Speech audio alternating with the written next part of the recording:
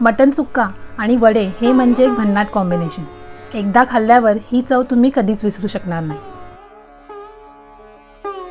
तर प्रथम आपण मटण मॅरिनेट करण्यासाठी हिरवं वाटण तयार करूया। यासाठी आपण घेणार आहोत 3 हिरव्या मिरच्या, 1 इंच आलं, 10 ते 12 लसूण पाकळ्या, अर्धा कप कोथिंबीर। हे वाटण आपल्याला मिक्सरमधून बारीक वाटून घ्यायचं आहे। इथे मी अर्धा किलो मटण स्वच्छ धुवून आणि कापून घेतलेलं आहे। आता बनवलेलं हिरवं वाटण आणि चवीनुसार मीठ हे या मटणाच्या तुकड्यांना आपण व्यवस्थित लावून घेणार आहोत।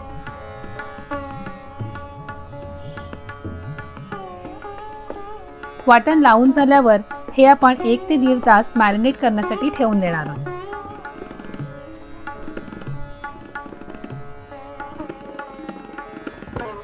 आता आपण कांदा खोबऱ्याचं वाटण करणार आहोत। यासाठी आपण कांदा आणि खोबरं हे व्यवस्थित भाजून घेणार आहोत। कांदा आणि खोबरा भाजून झाल्यावर खोबऱ्याचे बारीक तुकडे आणि भाजलेला कांदा हे मिक्सरच्या भांड्यात टाकून आपल्याला बारीक वाटण वाटून घ्यायचं आहे।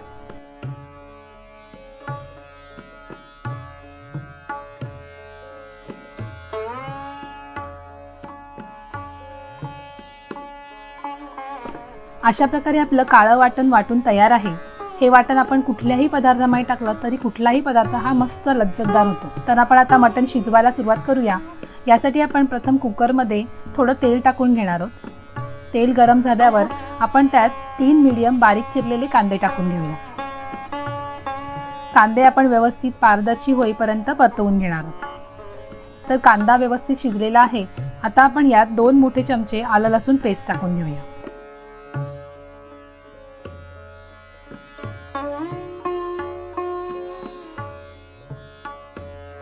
कांदा व्यवस्थित पारदर्शी होईपर्यंत आपण परतवून घेतलेला आहे। तर आता आपण यात टाकून घेऊया अर्धा चमचा हळद, 1 मोठा चमचा आगरी कोळी मसाला, 1 मोठा चमचा मटण मसाला। सर्व मसाले व्यवस्थित परतवून घेऊया। मसाले व्यवस्थित परतवून झालेले आहेत। तर आपण यात टाकूया मॅरिनेट केलेलं मटण।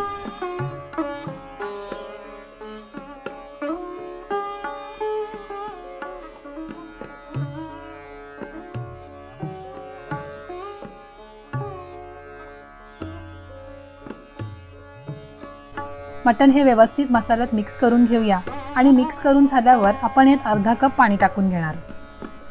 इथे आपल्याला मटण सुक्का बनवायचा आहे म्हणून आपण पाण्याचा वापर कमी करणार आहोत। आता कुकरचं झाकण लावून आपल्याला इथे 4 शिट्ट्या घ्यायच्या आहेत।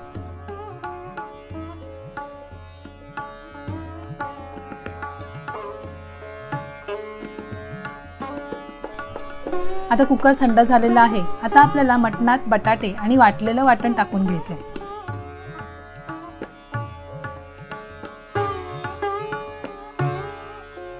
आता आपण यात टाकणार आहोत 2 ते 3 मध्यम कापलेले बटाटे। आता चवीनुसार मीठ टाकून घेऊया।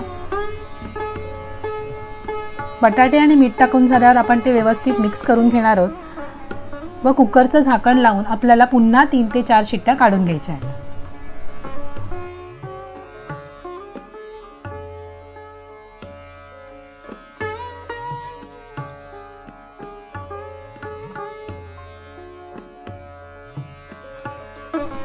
आता 3 ते 4 शिट्ट्या झालेल्या आहेत। तर आपलं चमचमीत आणि स्वादिष्ट असं मटण सुक्का तयार आहे। तर आता आपण वडे बनवायला घेऊया। यासाठी एका पातेल्यात 2 ग्लास पाणी टाकून घ्यायचं आहे।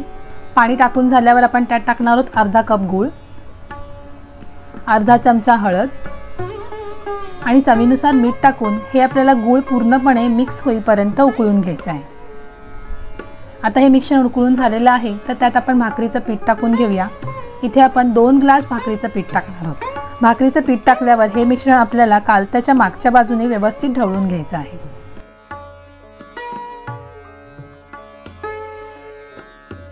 आता आपली वड्याची उकळ रेडी आहे।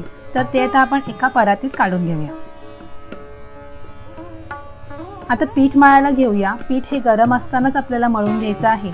यासाठी आपण थोडा थोडा पाण्याचा वापर करून पीठ हे मऊसर मळून घेणार आहोत। पीठ मळायला घेऊया। पीठ हे आपल्याला गरम असतानाच मळून घ्यायचं आहे। यासाठी आपण थोडा थोडा पाण्याचा वापर करून पीठ हे मऊसर मळून घेणार आहोत।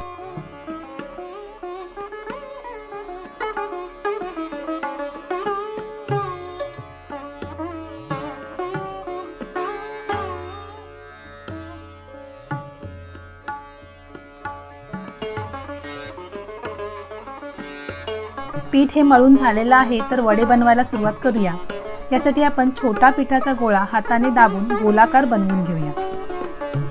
त्याला चपटा करून गोल आकार देऊया। नंतर बोटांनी त्याच्या कडा दाबून दाबून गोलाकार चपटा आकार बनवून घेऊ।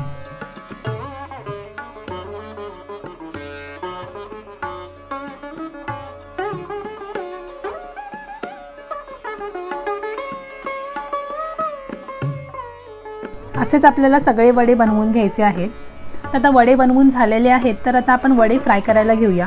यासाठी एका कढईत तेल तापवून घेऊया व वडे अलगद तेलात सोडून घेऊया।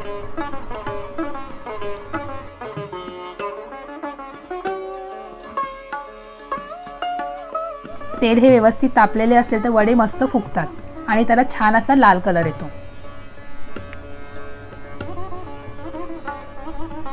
दोन्ही बाजूनी पलटवून आपण हे वडे व्यवस्थित शिजवून घेणार आहोत।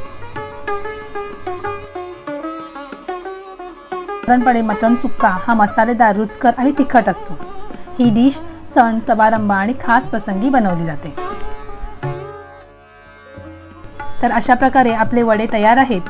तर एखाद्या रविवारी मटण आणि वड्याचा हा खास बेत नक्कीच करून बघा आणि आम्हाला कमेंट करून जरूर सांगा।